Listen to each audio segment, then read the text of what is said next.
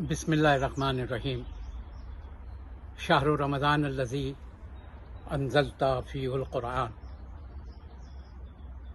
ہمارے دوستان عزیز، رمضان المبارک آپ سب کو مبارک ہو، اور پروردگار ہمیں توفیق دے کہ ہم اس مبارک مہینے کے ثمرات سے بہرہ مند اور فیض یاب ہو سکیں۔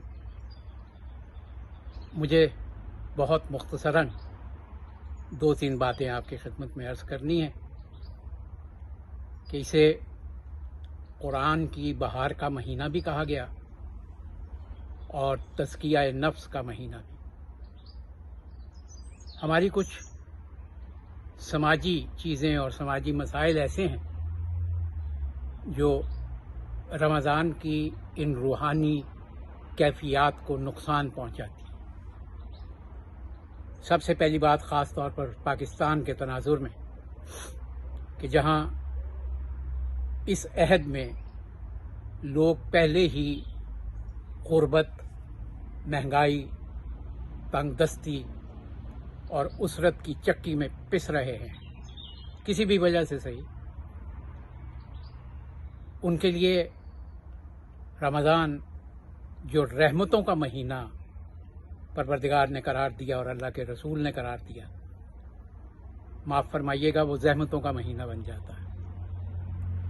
ہمارے معاشرے میں ذخیرہ اندوزی، زیادہ قیمتیں وصول کرنا، صورتحال سے فائدہ اٹھانا، اور پھر قانون اور حاکموں کا بے عملی کی وجہ سے بے حس ہونا، یہ بہت سی چیزیں پہلے ہی موجود ہیں۔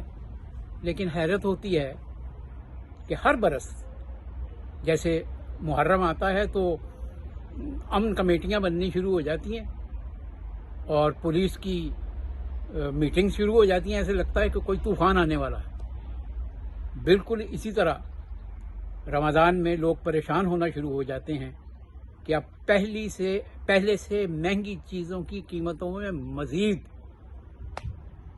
اضافہ ہوگا، اور یہ کوئی اس سال پہلی مرتبہ نہیں ہے۔ اس سال آپ کو اس لیے زیادہ محسوس ہوگا کہ آپ پہلے ہی مہنگائی کے عذاب میں مبتلا ہیں۔ پروردگار آپ سب پر اپنا کرم نازل فرمائے، اور وہ حاکم جن سے روز محشر ان کا اپنا حساب تو ہونا ہی ہے، آپ کا حساب بھی انہیں دینا ہے۔ صرف نعرے لگانے سے، کچن ٹرک کھولنے سے، لنگر خانے کھولنے سے لوگوں کی اسرت اور غربت ختم نہیں ہوا کرتی۔ اس کے لیے بصمیم قلب منصوبہ بندی کرنی پڑتی ہے، اور پھر اس منصوبہ بندی پر عمل کرنا پڑتا ہے۔ آپ میں سے بہت سے لوگ میری اس بات سے اختلاف کریں گے، انہیں حق ہے۔ بس نقطے کے طور پر یہ بات بتاؤں کہ اللہ کے لیے وہ دکاندار جنہوں نے ہر چیز کی قیمت بڑھا دی ہے، یہ سوچیں کہ انہیں بھی جان دینی ہے، ان کے لیے بھی روز محشر ہوگا۔ مگر میں خود ایسے لوگوں کو جانتا ہوں جو ان دنوں میں بڑا منافع کما کر پھر اسی پیسے کے ساتھ عمرے پہ بھی جاتے ہیں، مسجد نبوی میں اعتکاف بھی کرتے ہیں۔ یہ آپ کی نیت ہے، آپ کا اللہ سے معاملہ ہے، وہ خود آپ سے نمٹ لے گا، لیکن انسانیت کے بارے میں سوچیے۔ دوسری بات تزکیہ نفس کی ہے۔ میں کبھی کبھی سوچتا ہوں کہ 1400 برس سے ہم روزے رکھ رہے ہیں، اور اگر اس کی روح کو دیکھیں تزکیہ نفس کی، تو اس امت کی تزکیہ نفس ہو جانا چاہیے تھا۔ مگر کیا اس وقت آپ کی خدمت میں بیان کروں؟ آپ سب سے میری التجا ہے، التماس ہے کہ اپنی ذات کے اندر تبدیلی لائیے، اپنی ذات کے اندر۔ میں خود کو تو بدل سکتا نہیں ہوں، زمانے کو بدلنا چاہتا ہوں۔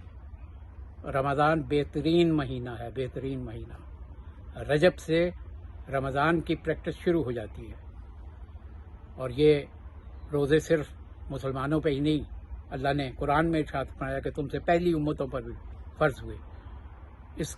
اس کے طبی فوائد کیا ہیں ڈاکٹر آپ کو بتائیں گے، اس کے روحانی فوائد کیا ہیں اہل علم آپ کو بتائیں گے، لیکن میں تو یہ سمجھتا ہوں کہ اس کے بے شمار فوائد میں سے ایک فائدہ یہ ہے کہ آپ کو چند گھنٹے کے لیے بھوکا رہ کر یہ احساس ہو جاتا ہے کہ بھوک کیا ہے اور بھوکے کی سائیکی کیا ہوتی ہے۔ اللہ تعالی ہم پر اپنا کرم رکھے اور ہم جس حد تک ہو سکے رمضان المبارک کی برکات سے فیض یاب ہوں۔ اجازت دیجیے، اللہ حافظ و ناصر۔